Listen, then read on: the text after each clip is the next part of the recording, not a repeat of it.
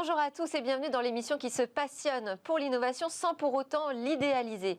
Faire la lumière sur les zones grises, regarder là où ça se grippe et puis parfois même imaginer le pire, ça a aussi son utilité. Aussi, j'ai eu envie de partager avec vous ma découverte de micro-dystopie.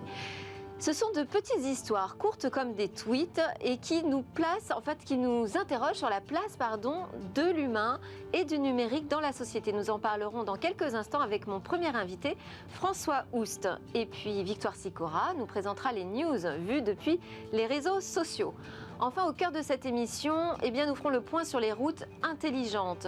Quelles sont ces technologies qui arrivent sur nos infrastructures routières ?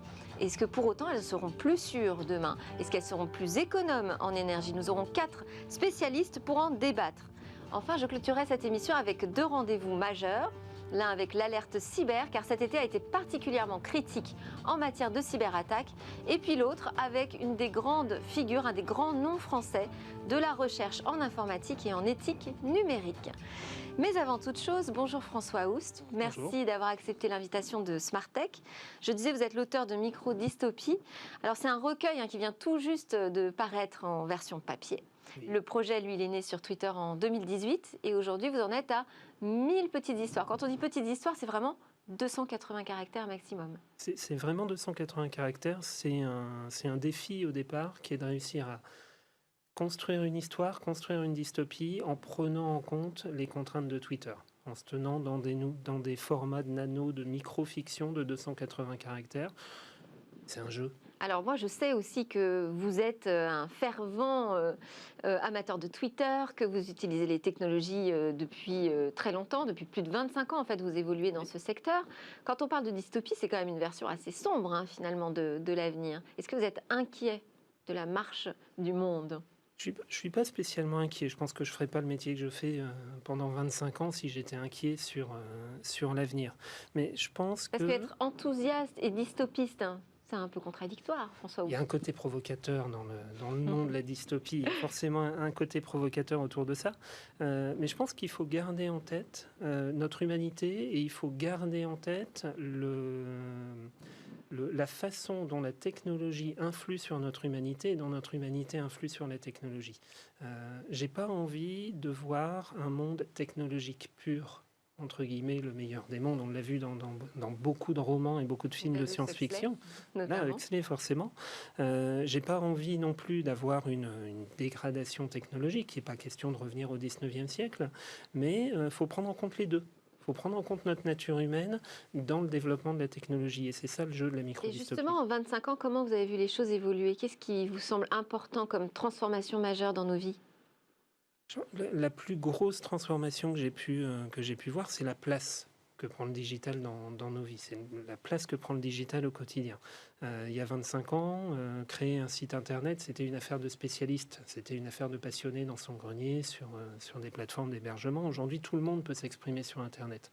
Et la principale chose qui a changé, c'est justement cette ouverture qui va quelque part avec une non-maîtrise.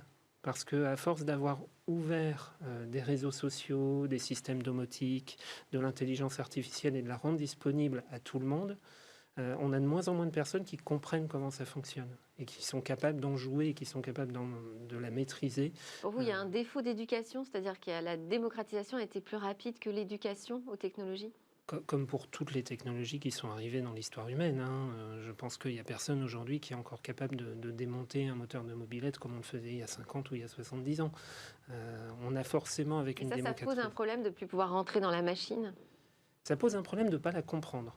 Parce que ça pose un problème de ne pas forcément comprendre les impacts de ces actions. Aujourd'hui, je ne sais pas forcément quand je publie un tweet, quand je commande quelque chose sur Internet ou quand je demande une action à ma maison sur l'augmentation de la température, etc. Les impacts que ces commandes, que ces données peuvent avoir pour moi ou pour l'humanité sur le long terme. Il y a une question de prise de conscience. Vous travaillez aussi sur la transformation numérique avec des clients, puisque vous êtes consultant au sein de l'agence Planète, oui. Planète France en particulier. Comment vos clients perçoivent vos micro-dystopies? Ça les fait rire ou pleurer? Ça les fait rire. Ça les fait plus rire que pleurer. C'est une question de prise de recul et je pense que c'est sain pour... Modestement, je pense que c'est sain pour eux d'avoir une agence, d'avoir des personnes qui sont capables de relativiser la place du digital. On n'a pas la prétention d'arriver avec en tant qu'agence, avec une solution 100% digitale, de se dire que déployer un ordinateur, déployer un système va résoudre tous les problèmes. On sait aujourd'hui qu'il y a énormément d'éducation, il y a énormément d'humains. Il y a toujours cette blague chez les professionnels de l'IT, qui est de dire que 90% des problèmes, 90% des bugs sont situés entre l'écran et la chaise. Il faut le garder en tête. Aujourd'hui, tout ça, ce ne sont que des outils qui ont des dépendances à l'humanité. Et si on n'a pas ce regard humain, je pense qu'on fait que la moitié du travail, puis on va au-devant de quelques déconvenus. Alors, ce qui est intéressant aussi dans votre démarche d'avoir démarré sur Twitter, c'est que finalement, ça vous permet d'avoir un processus interactif avec les internautes. Est-ce qu'ils vous renvoient, à la suite de vos posts, eux-mêmes, leur petite vie, leurs petites histoires en 280 caractères ? Il y en a. Il y en a eu certains, il y a eu quelques écritures, quelques réponses. Il y a des gens qui prolongent les histoires aussi. On arrive avec une idée, un système qui s'établit, qui essaye de s'expliquer en 280 caractères. Et puis, on a des personnes qui répondent, poussent l'histoire plus loin. J'ai eu aussi quelquefois quelques réponses pour me dire « Oh, ça existe ». T'es gentil, mais ça existe déjà. Et effectivement, il y a des choses qu'on ne voit pas passer et on se rend compte que la réalité a rattrapé l'imagination. Pourriez nous en lire une ou deux ? Oui, bien sûr. On découvre un peu à quoi ça ressemble. Alors moi, j'avoue, j'en ai lu quelques-unes déjà sur votre page Twitter. Là, ce qui est vraiment nouveau, c'est que ça devient un recueil, en fait. Ça prend un sens cohérent. Tout à fait. Si on en lit quelques-unes, je vais en lire une ou deux seulement.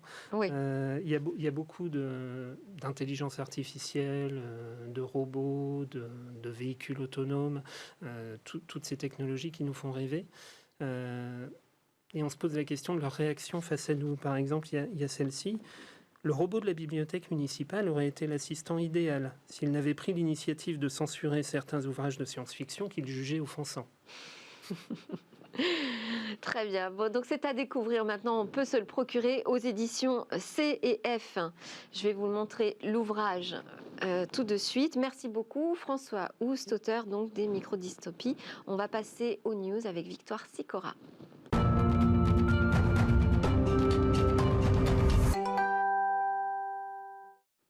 Bonjour Victoire Sicora, alors qu'avez-vous trouvé sur les réseaux sociaux aujourd'hui ? Alors je vous ai trouvé une solution sur Twitter pour créer un mot de passe ultra sécurisé et il vous faut seulement 25 dés, mais pas n'importe lesquels. Regardez à quoi ça ressemble.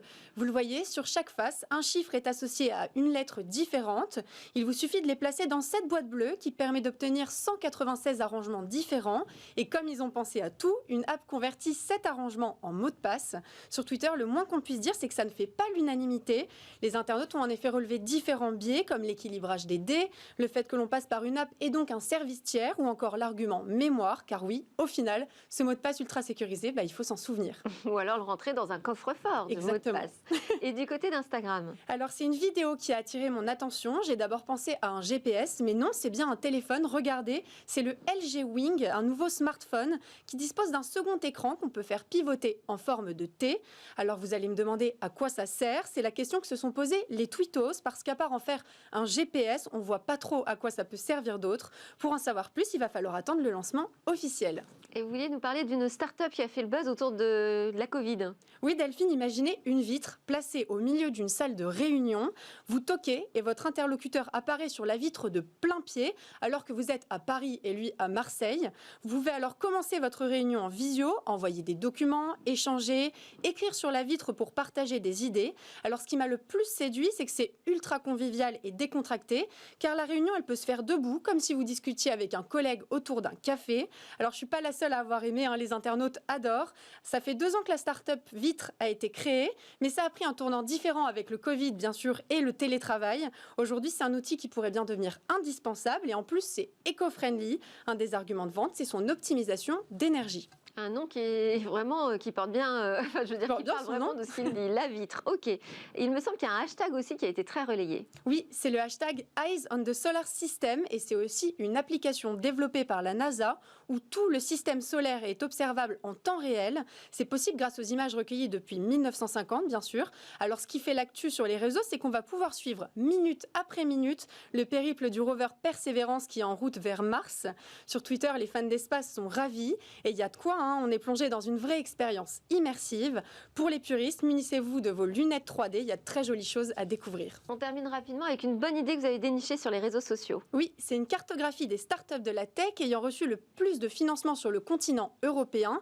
Et c'est une idée de CB Insights. J'ai trouvé ça assez malin et plutôt utile. On y apprend que la startup qui a reçu le plus de financement en Europe, c'est OneWeb au Royaume-Uni, avec plus de 3,4 milliards de dollars levés. La France arrive en 5e position avec Blablacar et ses 450 millions de dollars levés.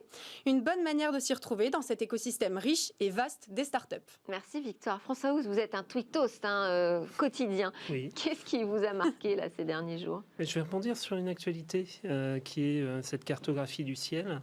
Ce qui m'a marqué, c'est un appel au secours des astronomes qui a été lancé sur Twitter, enfin sur d'autres revues scientifiques également, pour demander à Elon Musk d'arrêter son projet Starlink, qui est le maillage de l'ensemble du globe terrestre de satellites pour simplifier les communications, parce que la prise de vue du ciel et des galaxies lointaines depuis la Terre va être ralentie à cause des lumières émises par les satellites. Et on se retrouve avec le même problème qu'on a sur Terre, avec exactement, cette lumière qui avec nous les cache le problèmes de ciel. lumière. Et on a vu les premières photos qui ont été diffusées. On a une sorte de grille sur le ciel étoilé. Elon Musk a répondu? Non, Elon Musk n'a pas répondu pour l'instant. Merci beaucoup François Houst et je souhaite bon vent à vos micro-dystopies. Merci. On va enchaîner avec notre débat sur les routes intelligentes.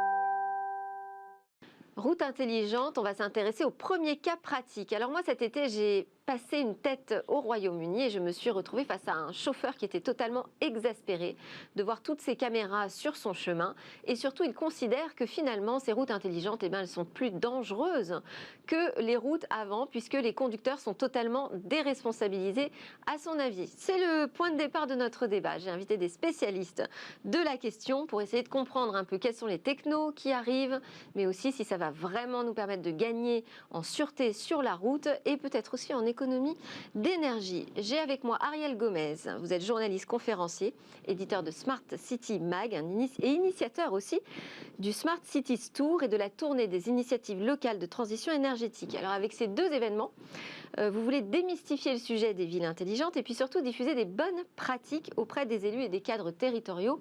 On va parler de ça tout de suite. Absolument. Jean-Luc Franchineau, vous êtes directeur du programme Éco-Mobilité de VDCOM, qui est un institut pour la transition énergétique. Il a été mis en place dans le cadre du programme d'investissement d'avenir dédié à la mobilité individuelle décarbonée et durable. Alors VDCOM, ça repose sur une collaboration entre des industriels et de la filière automobile, aussi aéronautique, des opérateurs d'infrastructures et de services de l'écosystème de la mobilité. Alors on va pouvoir avoir une vision globale avec vous de tous les acteurs sur ce marché. Voilà. Et puis Guillaume Crunel, vous êtes associé responsable du secteur automobile et mobilité pour Deloitte France et vous êtes aujourd'hui notre consultant sur cette question. Je vais tout de suite donner la parole aussi à notre experte. Elle est en visio, elle s'appelle Bérangère Lebenthal, elle est polytechnicienne, chercheuse et cofondatrice d'Altaroad, qui est une société qui veut rendre la route intelligente et durable. Bonjour Bérangère Lebenthal. Bonjour, et merci pour l'introduction. Je vous en prie. Alors, infrastructure plus intelligente et plus sûre, est-ce que les deux sont forcément liés? Parce que mon chauffeur au Royaume-Uni, qui fait le taxi, lui, il n'est pas du tout d'accord avec ce point de départ. Alors non, effectivement, il a raison. En revanche, si on travaille correctement, on étant les industriels et les académiques, on peut rendre la route à la fois plus sûre et plus durable parce qu'elle est intelligente. Et alors, de quelle technologie on a besoin pour y arriver? Quel est le bon mix technologique selon vous? Alors, nous, à Altaroad, on propose des solutions d'instrumentation de la route qui vont parler aux aménageurs, qui vont parler aux opérateurs de la route, pour que les opérateurs puissent prendre les bonnes décisions, pour que les aménageurs puissent prendre les bonnes décisions. On va pouvoir parler aux véhicules aussi, ça c'est dans plus longtemps, c'est quand on aura les véhicules autonomes. Mais à court terme, c'est pour aider tous les opérateurs de véhicules lourds et les opérateurs de route à avoir une infrastructure en meilleur état et donc plus sûre. Parce qu'on sait que si l'infrastructure est en meilleur état, il y a moins de vieillissement des véhicules, les véhicules sont en meilleur état, ils consomment moins de carburant. Les routes elles-mêmes vieillissent moins, donc elles demandent moins de réparation, ce qui est aussi intéressant d'un point de vue énergétique. Et donc tout ça est très important sur le long terme. Mais quand vous parlez justement, on va communiquer avec les opérateurs des infrastructures, ça passe à travers quoi? C'est-à-dire, c'est l'installation de capteurs concrètement sur la route. On parle de quelle technologie? Oui, on met des capteurs dans et sur la route. Ces capteurs, ils parlent aux opérateurs via des stations de communication qui sont par exemple connectées au cloud. Nous, on a une solution qui est basée sur le cloud. Donc les capteurs qu'on déploie, ils envoient leurs données dans le cloud. On calcule les informations qui sont pertinentes et ces informations, elles redescendent vers les industriels, vers les opérateurs, pour les aider à prendre des bonnes décisions. Demain, ces informations, elles pourront redescendre vers les véhicules pour que les véhicules eux-mêmes puissent prendre des bonnes décisions. Par exemple, attention, vous avez un nid de poule à quelques centaines de mètres, préparez-vous. Alors aujourd'hui, vous allez me dire Waze fait ça très bien, mais Waze c'est du collaboratif. Donc vous ne savez pas si les véhicules qui sont passés avant ont détecté le problème. Donc si personne ne l'a remonté, il n'y aura pas. Donc nous, on a une solution qui va servir de backup, en français, qui va doubler les solutions actuelles collaboratives et qui rend ces solutions plus fiables. Après, pour les communiquer aux conducteurs, c'est pas si compliqué que ça. Aujourd'hui, on n'a pas besoin d'avoir une voiture autonome. On peut très bien utiliser les systèmes mobiles existants. Les smartphones. Ariel Gomez, oui, tout à fait. Oui. Vous parlez de démystifier la ville intelligente et des bonnes pratiques. Ça veut dire quoi? Il y a des freins aujourd'hui culturels à l'utilisation de technologies pour rendre la ville et la route plus intelligentes? Oui, certainement, mais je crois que la question de la route, il faut l'appréhender d'une manière un petit peu globale. La route, c'est aussi ce qui roule dessus. Et aujourd'hui, on est dans une mutation vers ce qu'on appelle les routes de 5e génération. Donc au départ, très schématiquement, la route, c'était juste un axe de transport pour faire circuler des véhicules.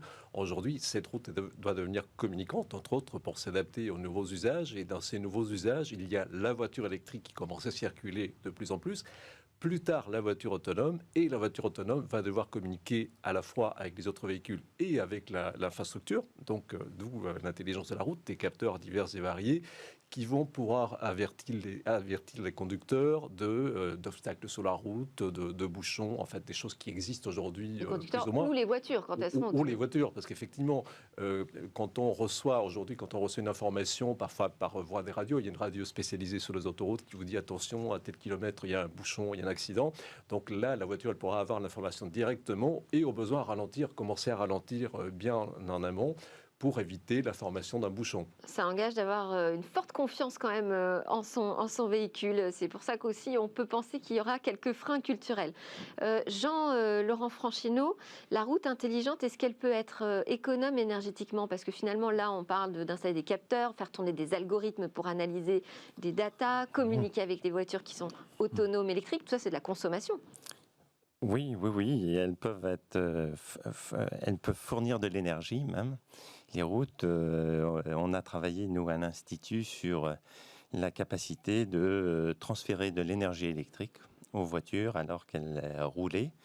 Et ça a été fait déjà en 2014 au travers du projet Fabrique qu'on a mené au sein de l'Institut. Et ça, comment ça marche?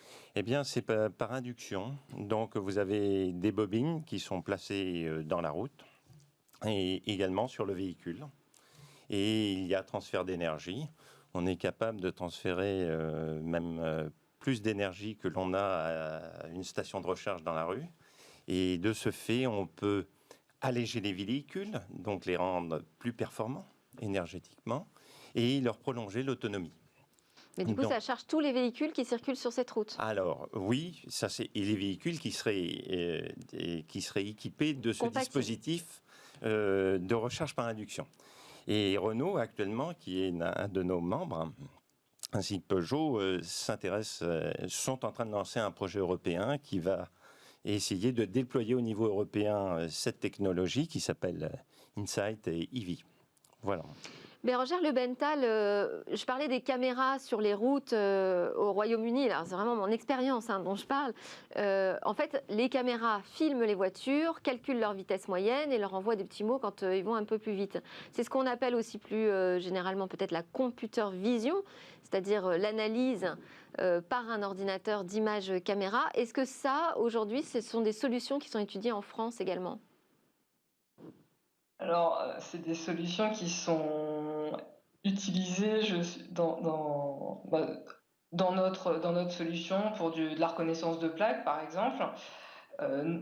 Ça peut servir aussi pour de la reconnaissance de contenu sur les poids lourds. On travaille énormément avec les industriels des chantiers de construction. Et donc, ce sont des industriels qui sont intéressés à reconnaître le contenu de leur véhicule automatiquement parce qu'ils n'ont pas forcément l'information. Donc ça, on y travaille. C'est une partie du problème de la route intelligente, mais on sait qu'on ne saura pas tout dire par des caméras.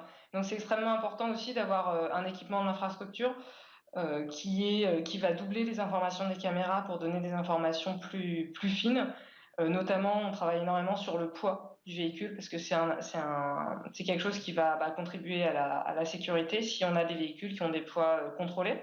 Je ne sais pas si vous vous rappelez cet accident, ce pont qui s'était effondré parce qu'un camion trop lourd était passé dessus. Ça, c'est des situations qu'on pourrait éviter si on peut détecter les camions en surcharge.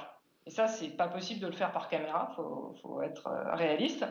Et ça, c'est des choses que notre solution permet de faire, c'est-à-dire détecter, ce camion, il est en surpoids, lourd, il est dangereux pour l'infrastructure, il est dangereux pour les véhicules à côté.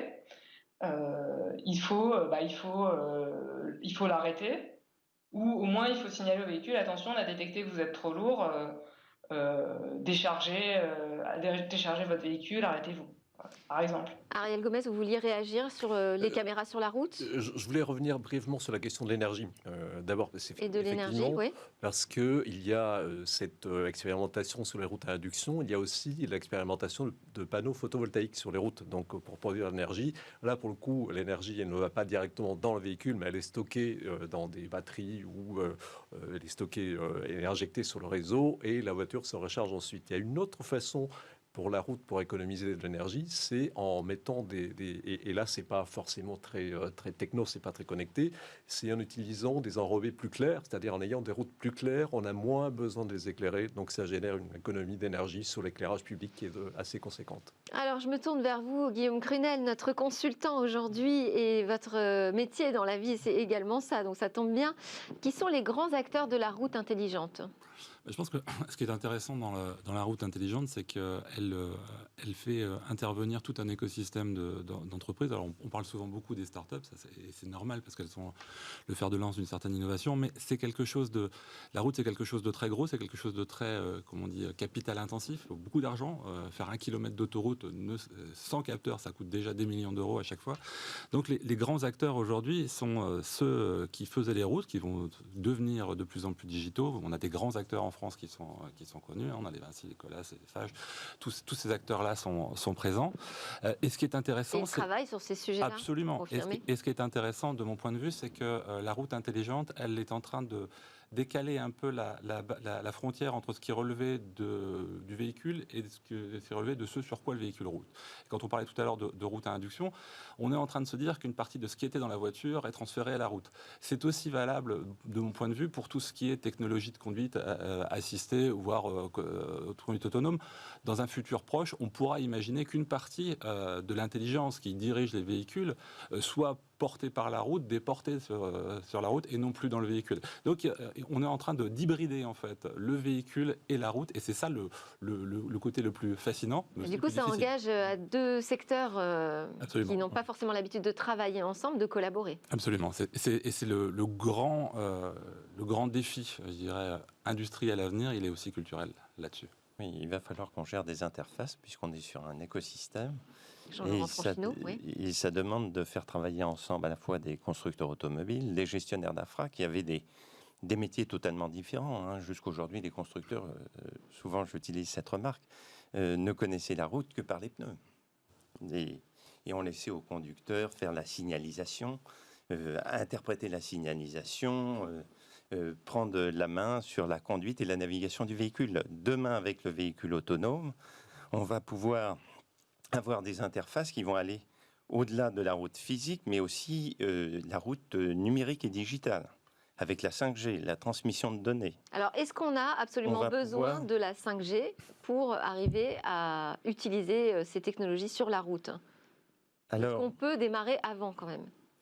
Alors là, il y a un débat qu'il y a eu il y a quelque temps. L'Europe se proposait il y a quelque temps de déployer une technologie qui était basée sur le Wi-Fi, donc qui est en train de venir, hein, qui s'appelle la technologie DSRC pour les Américains et G5. Et il y a aussi l'approche cellulaire. Je pense qu'il ne faut pas les opposer, les deux sont complémentaires. Comme vous disiez, on va parler de sécurité à partir d'un moment. Donc, pour transmettre une information sensible et critique, il faut, et c'est des règles de sécurité, avoir toujours deux chemins.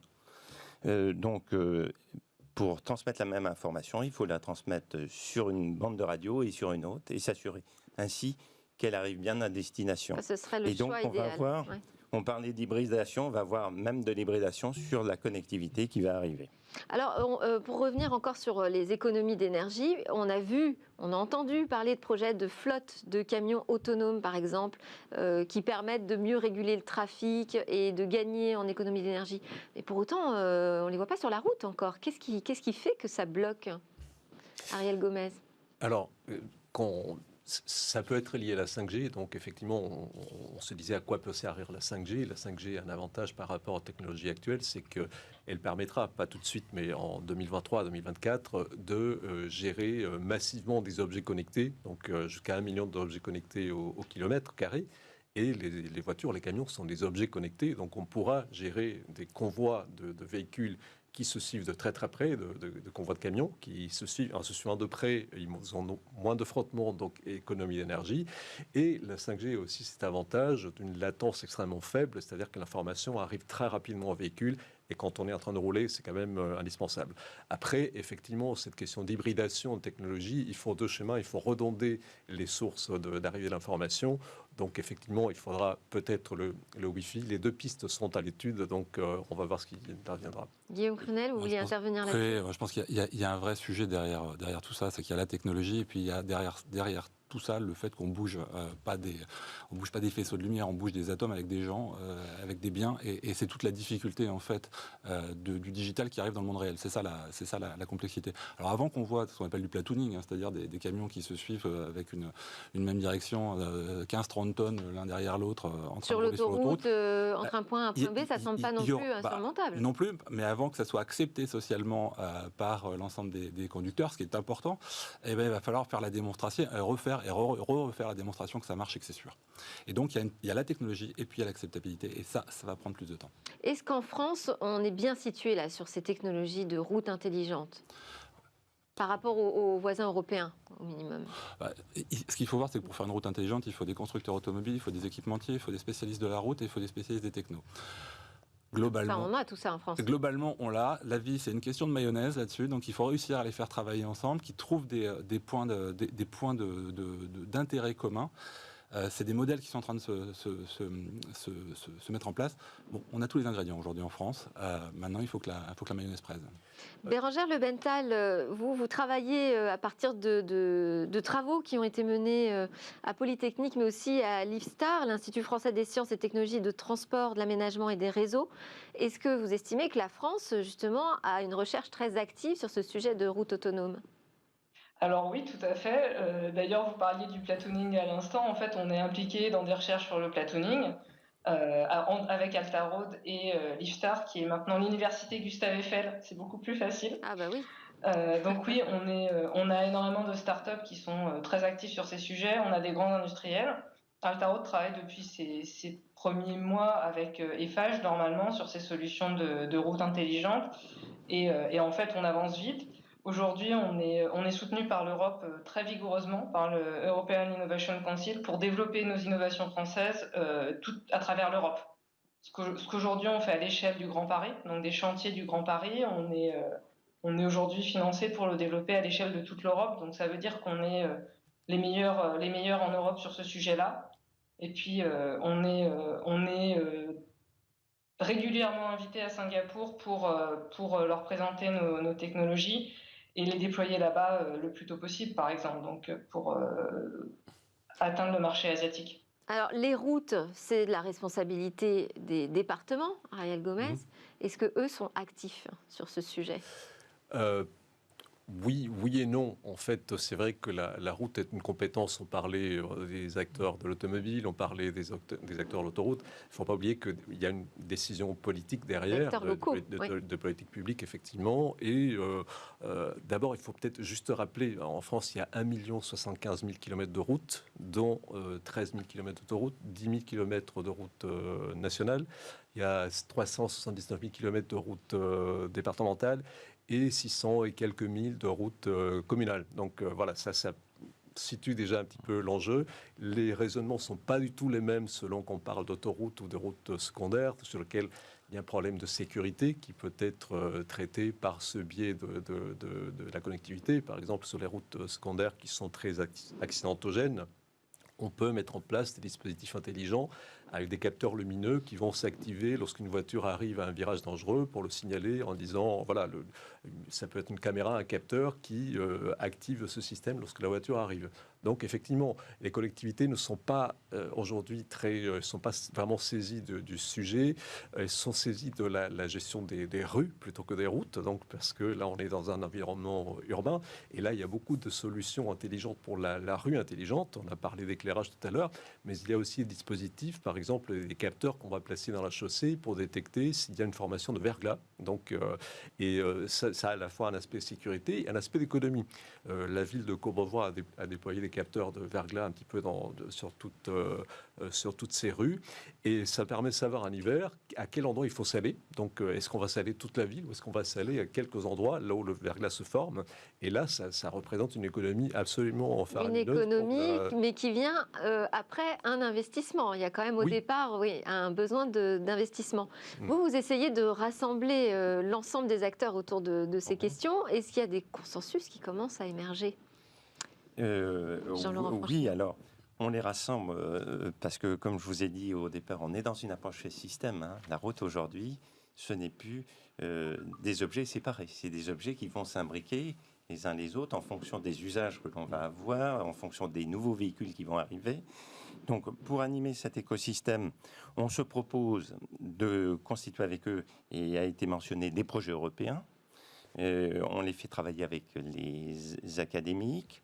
Et surtout, en même temps, on fait une recherche appliquée afin de faire émerger très vite les points critiques et après les traiter. Et généralement, les points critiques il faut des zones de test. Voilà, des zones de test. Donc, au sein de l'Institut VDECOM, on utilise les pistes de Satori, qui sont des moyens formidables pour nous permettre de tester sur la route et en conditions réelles ces nouvelles applications, déterminer les endroits qui posent problème et après essayer de faire dégager des consensus au travers de nouveaux projets ou voire en capitalisant sur le développement de normes, parce que les enjeux de normes vont être très importants, comme on l'a dit. Quand vous êtes sur un système complexe... c'est pas les Français qui décident tout seuls. Non. Et là, on doit s'inscrire au niveau international. Alors c'est là où d'avoir un relais, un projet européen en appui de démarche de normalisation est important, puisque là, on n'y va pas seulement que les Français, mais on y va au niveau européen. Et après, ça se traite même au niveau de l'OMC, puisque les enjeux de la route sont des enjeux mondiaux. Guillaume Prunel, répondent au code de la route. Voilà. Je vous donne le mot de la fin. Qu'est-ce qu'on peut retenir de ces routes intelligentes? Les premiers cas pratiques, bon, on ne les a pas vraiment vus pour l'instant. Comment on va faire là, pour avancer sur ce sujet? Je pense qu'une route intelligente, c'est quand on a une information qui vient de la route et qu'on en fait quelque chose. Alors, une fois qu'on a dit ça, on commence avec un péage, on commence avec de l'information sur la route d'accident ou d'infraction. Et puis après ça, on rajoute de l'information et on trouve des cas d'usage de plus en plus intéressants. Moi, ce qui me semble extrêmement positif aujourd'hui, c'est que la démarche a été enclenchée. De plus en plus de projets sont à l'état de ce qu'on appelle de proof of concept, enfin d'essais en conditions réelles. La France n'est pas du tout en retard sur ce sujet-là. On a des acteurs qui se mobilisent et de plus en plus. Donc le point positif, c'est que au plus on aura de l'information, au plus on aura des acteurs concernés qui travaillent ensemble, et au plus on apportera des solutions qui ont un vrai impact sociétal. En tout cas, pour vous, on a la bonne démarche aujourd'hui. On a vu que la recherche était également active. Je remercie Bérengère Lebenthal d'Altaro d'avoir été avec nous en visio. Merci aussi à Ariel Gomez de Smart City Mag et Jean-Laurent Franchino de VDCom. Guillaume Crunel, je vous garde avec moi en plateau parce qu'on va partir juste après la pause. On a rendez-vous avec l'Alerte Cyber et on va pouvoir en parler ensemble aussi.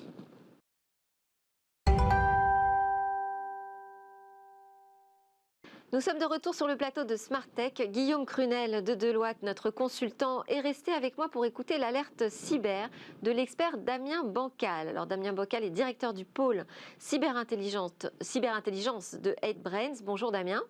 Bonjour.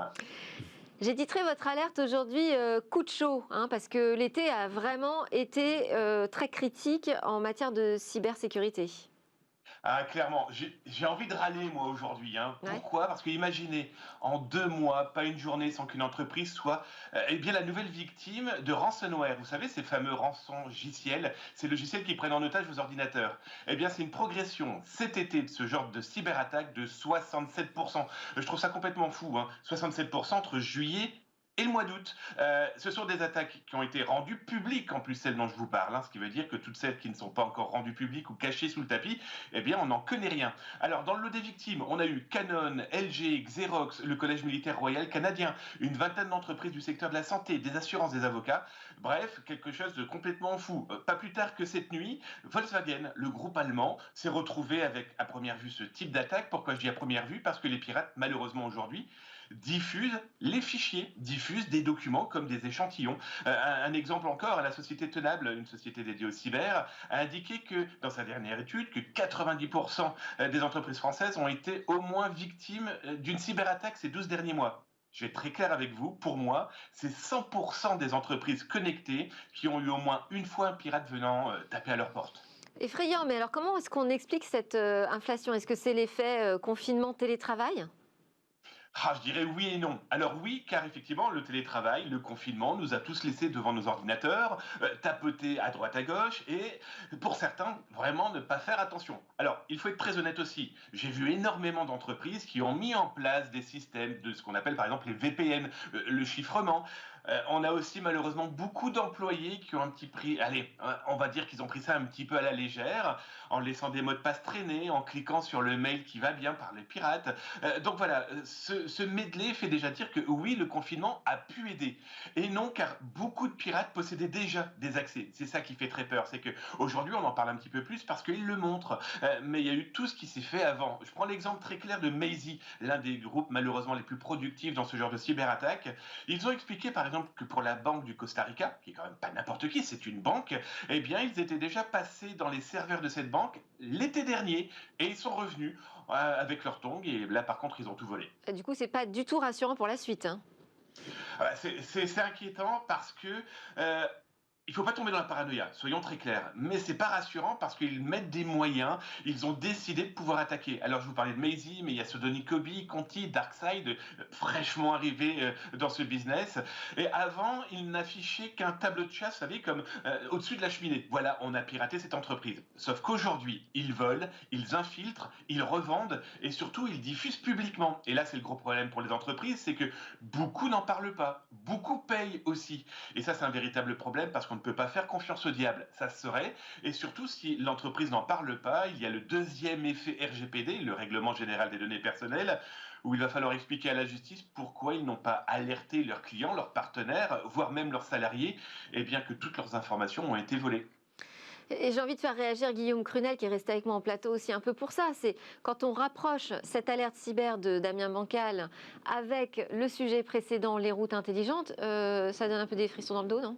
Bon, ça veut simplement dire que les routes intelligentes arrivent après l'explosion du web, de la digitalisation des entreprises, et que quelque part, moi j'ai plutôt tendance à dire qu'on va bénéficier dans la mise en place de routes intelligentes d'effets d'expérience que d'autres industries auront déjà vécu sur quelque chose qui est assez logique. On digitalise de plus en plus, on est de plus en plus connecté, déplacé, cloudé. Donc évidemment, il y a des zones de vulnérabilité qui arrivent.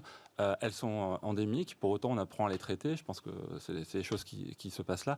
Et bien sûr, sur la route, on n'a pas envie d'être piraté, on n'a pas envie d'être détourné, mais on va bénéficier, je pense, déjà de la prise de conscience des risques existants.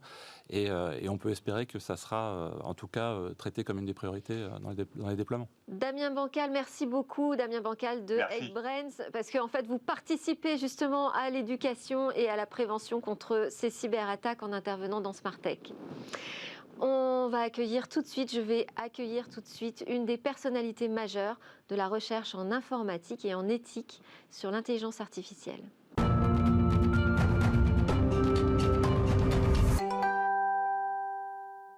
Mon dernier invité aujourd'hui, je disais, est une personnalité majeure dans le domaine de la recherche et de la pensée numérique. Ingénieur et philosophe de formation, Jean-Gabriel Ganassia est chercheur en intelligence artificielle. Il est professeur d'informatique à la faculté des sciences Sorbonne Université. Il est aussi directeur adjoint du Labex Hopville. Alors, ces activités-là sont centrées sur le versant littéraire des humanités numériques. Bonjour Jean-Gabriel Ganassia.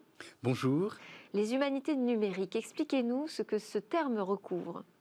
Alors pour ça, il faut d'abord rappeler ce que sont les humanités, parce que le terme est un tout petit peu ambivalent en français, traditionnellement. On se souvient, je crois, la chanson d'Yves Montand, où il parlait des humanités, c'était l'étude du latin et du grec. Mais au sens anglo-saxon, c'est beaucoup plus large. C'est ce qu'on appelle les sciences de la culture, c'est-à-dire les disciplines qui étudient les œuvres humaines. Et pour faire cela, traditionnellement, on avait des vieux érudits qui lisaient des livres et qui recensaient, réfléchissaient. Alors c'est l'histoire, la critique littéraire, l'archéologie, etc. Et aujourd'hui, on va faire appel aux ressources du numérique pour mieux comprendre ces œuvres humaines. D'abord parce qu'on va les numériser. Par exemple, on peut numériser tous les textes, tous les livres, mais au plan archéologique, par exemple, on peut essayer de numériser les tessons de poterie et puis à partir de ça, d'utiliser des techniques 3D pour essayer de les recoller les unes aux autres, ou quand on a des fouilles, essayer de tout numériser pour imaginer ce que pouvait être la ville et éventuellement la reconstruire de façon virtuelle. Et donc, c'est bien sûr l'ensemble de ces tentatives qui existent aujourd'hui et qui font que ces disciplines qui étaient anciennes, souvent prennent une espèce de nouvelle jeunesse. On est capable, dans par exemple le domaine littéraire, de construire de nouveaux opérateurs d'interprétation qui permettent de mieux comprendre. Ça ne veut pas dire qu'on va automatiser le travail, mais ça veut dire qu'on va donner des équipements qui vont permettre d'aller plus loin dans notre intelligence. Je trouve que c'est vraiment quelque chose de passionnant. Alors justement, vous avez parlé d'intelligence artificielle. Souvent, on voit ça comme une automatisation, pour imaginer qu'une machine va se substituer à l'homme, tandis que là, c'est plutôt l'inverse, d'une certaine façon. C'est une augmentation de l'intelligence. C'est-à-dire que c'est pas se remplacer l'homme, au contraire, c'est faire que l'homme aille plus loin dans ses capacités. En fait, l'algorithme va faire de la fouille à travers des textes littéraires, c'est ça? Alors, dans le cas du versant littéraire des humanités numériques, qui est l'objet plus précis de mes recherches, effectivement, on peut utiliser des outils qui permettent d'exploiter, d'extraire des informations à partir de très grandes quantités de textes qui ensuite vont aider les érudits à mieux comprendre. Par exemple, nous, on travaille sur la stylistique, essayer de regarder s'il y a des patrons syntaxiques. C'est pas uniquement comprendre des termes, c'est aussi aussi travailler alors sur la stylistique et sur... Ça peut être sur la stylistique, voilà, c'est un exemple. Essayez de regarder s'il y a des patrons syntaxiques, il y a des modes d'expression qui seraient propres à certains auteurs ou à certaines époques. Et puis on travaille aussi beaucoup, et ça fait l'objet de recherches que je poursuis actuellement, sur ce qu'on appelait l'intertextualité. C'est que dans les années 70, 80, un certain nombre de spécialistes du domaine de la littérature se sont dit qu'un auteur n'était pas simplement visité par les muses, mais qu'il était dans son époque et qu'il partait de tout un tas de matériaux, d'abord de son éducation, les auteurs qui l'ont fasciné, avec lesquels il a une relation un peu tendue, puisque d'un côté, il voudrait être leur égal, et donc de ce point de vue-là, il va essayer de les imiter, et en même temps, il veut se démarquer pour être différent. Et donc, on doit pouvoir retrouver des traces de cette tension avec les auteurs qui l'ont marqué. Et puis, aussi le fait qu'il va exploiter tout un tas de documents qu'il a à sa disposition. Si on pense par exemple à Balzac, il connaissait toute la science de son époque et il l'utilisait. Par exemple, il utilisait ce qu'on appelait la physiognonomie, qui était une discipline qui pensait à l'époque que les os du visage, la conformation du visage, était un miroir de nous-mêmes et de notre caractère. Ouh. Et alors, c'est intéressant parce qu'on retrouve dans ses œuvres à certains moments des descriptions de personnes où il va prendre des traits qui viennent des traités de physiognonomie. Enfin voilà, c'est donc ce genre de choses. Vous travaillez également sur les modes d'édition, les nouveaux modes d'édition qui pourraient apparaître? Alors, bien sûr, l'une des conséquences, c'est que on voudrait mettre les textes plus facilement à disposition avec de nouveaux modes de lecture. Alors, ça peut être soit tiré parti de ce dont je viens de parler, c'est-à-dire de toutes les de tous ces opérateurs d'interprétation. Ça peut être aussi des éditions, ce qu'on appelle génétiques, c'est-à-dire qu'on essaye d'avoir sur un texte toutes les versions antérieures pour aider à comprendre la démarche de l'écrivain. Et son héritage. Voilà, c'est ça. Donc on peut faire ça. Et puis on peut avoir surtout tout un tas de choses qui font que beaucoup de lectures sont plus uniquement linéaires, mais peuvent être un tout petit peu diagonales. Et ça, bien sûr, ça va avoir des effets importants. Et moi, il y a une quinzaine d'années, j'ai développé un logiciel avec un laboratoire qui s'appelle l'ITEM, Institut des textes et manuscrits modernes. Ce laboratoire est spécialisé dans ce qu'on appelle la critique génétique, c'est-à-dire la genèse de l'œuvre, l'étude des brouillons et la comparaison des brouillons. Et donc, on a fait un petit logiciel qui comparait automatiquement les brouillons, parce qu'à la main, c'est difficile. Enfin, il faut les transcrire, bien sûr, mais ensuite, se dire, voilà, tel mot a été remplacé par tel autre, telle chose a été supprimée. Et ça, on le fait de façon automatique. Et on a des éditions génétiques avec ce logiciel qui permettent, parce que vous voyez, si vous avez 3 brouillons, 4 brouillons, c'est difficile, parce que si vous en avez 2, vous mettez une page en face de l'autre. Et encore, d'ailleurs, c'est pas facile parce qu'il faut les lire. Mais si vous en avez 3 ou 4, vous savez pas comment faire. Et ben maintenant, on arrive à faire ça. Et donc, il y a eu une édition des œuvres de Ramus.